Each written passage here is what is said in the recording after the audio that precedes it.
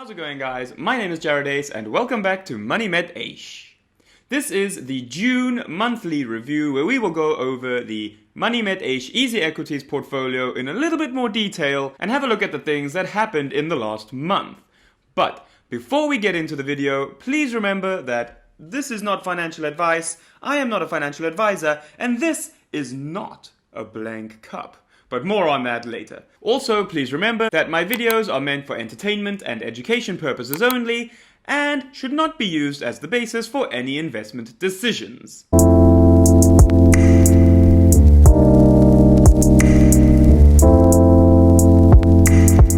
We started June by passing 2,000 followers on Instagram, and that pretty much set the tone for the rest of the month, where we saw the account reach new highs on multiple occasions, and it went from a loss of 600 Rand in the end of May to just under 3,000 Rands profit by the end of June. And the portfolio was even over 53,000 Rand for the first time for a brief period during the month. So I am really happy with how June went overall.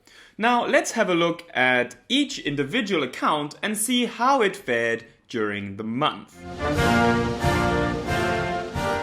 The USD account saw a gain of 3%, and it was really helped by the strengthening dollar against the Rand. But even though the dollar has strengthened slightly against the Rand, it is still 11% down from when we first transferred money into the account, meaning that I'm still hoping and holding out for some massive upside, even though we have seen a slight 3% gain, most of which was attributed to the currency exchange.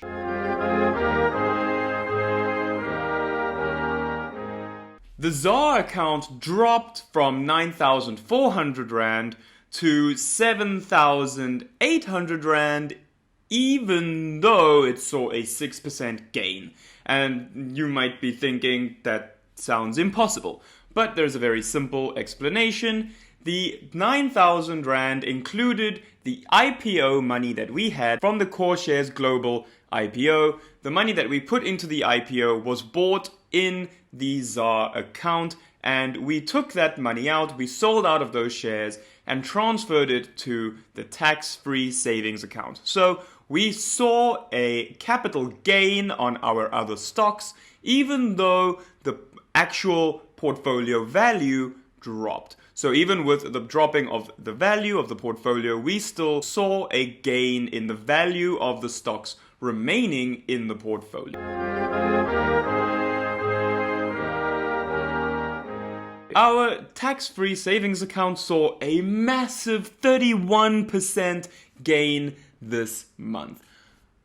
But not all of that was profit. Of that 31%, only 6% was actual capital gains, led mostly by the massive rally in the Nasdaq and the Signia 4th Industrial Revolution ETFs, still making it the biggest gainer of all of our accounts, but the other 25% came from the transfer of the IPO shares from the ZAR account into the tax-free savings account, and our regular monthly contribution of 3,000 Rand. Now let's have a look at our winners and losers for the month. The stock that rocked this month was Cloudflare, who saw a 26% gain in June.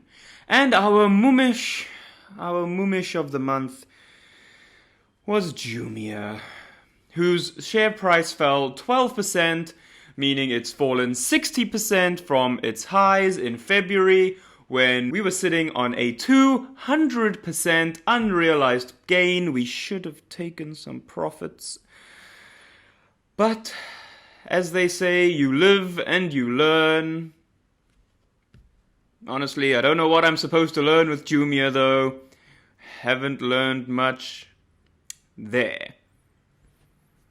Another cause of absolute portfolio headaches is Naspers and Prosus, who, despite their best efforts, continue to get hit again and again and again by bad news and just general bad management. The latest blow to the Naspers Prosus temple was the incredible IPO, and then disastrous withdrawal of Didi. Didi is the Chinese equivalent of Uber, but just much larger since there are much more people in China. They recently listed in the US, and then Chinese authorities decided that they were going to pull the app from all app stores and investigate them 3 days later. Now, without putting on a tinfoil hat and all the conspiracy theories that go along with this whole saga, it affects us directly because one of the biggest investors in Didi was Tencent, and one of the biggest holders of Tencent is Naspers and Prosus, and we hold Naspers and Prosus, so the shares were down again. Whether it's Naspers and Prosus causing their own chaos and own headaches, or external forces causing more headaches for Naspers and Prosus, I honestly don't know why I still hold this stock. It's like a drug. I'm kind of just hooked in there, hoping that one day they will sell Tencent.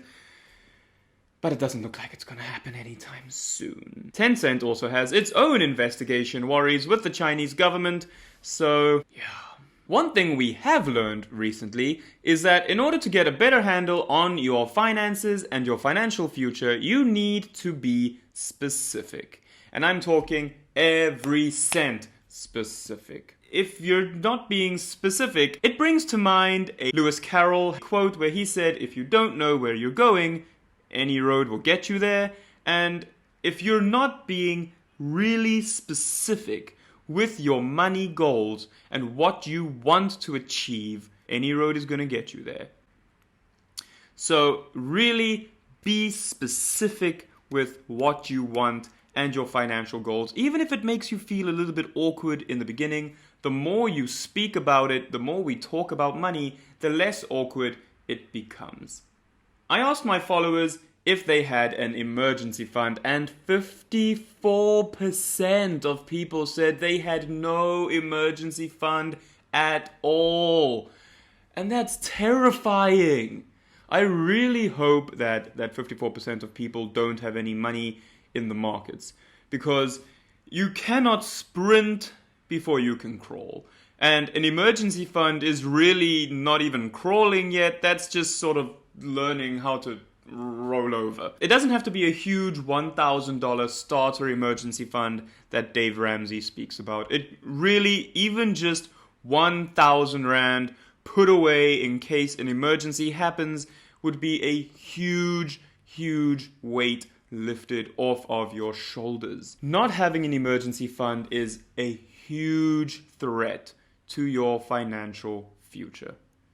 Let's imagine for a second that you have 1,500 Rand in an EasyEquities account. And that is the only money you have saved in any sort of way. Now let's also imagine that one day you slip and dislocate your shoulder. And before the doctor will treat you, they need payment up front. You now need to wait 40 days to get your money out of EasyEquities. This is not only a risk to your financial health, it's also a risk to your actual health. Having an emergency fund turns an emergency and a disaster into an inconvenience. And this is something that we have learned personally in the last few weeks, where Mrs. Met Aish's mouth decided, I don't want to do life properly anymore, and we've had to go for some serious dental operations, which if we didn't have an emergency fund would, in all honesty, leave us in a serious financial problem.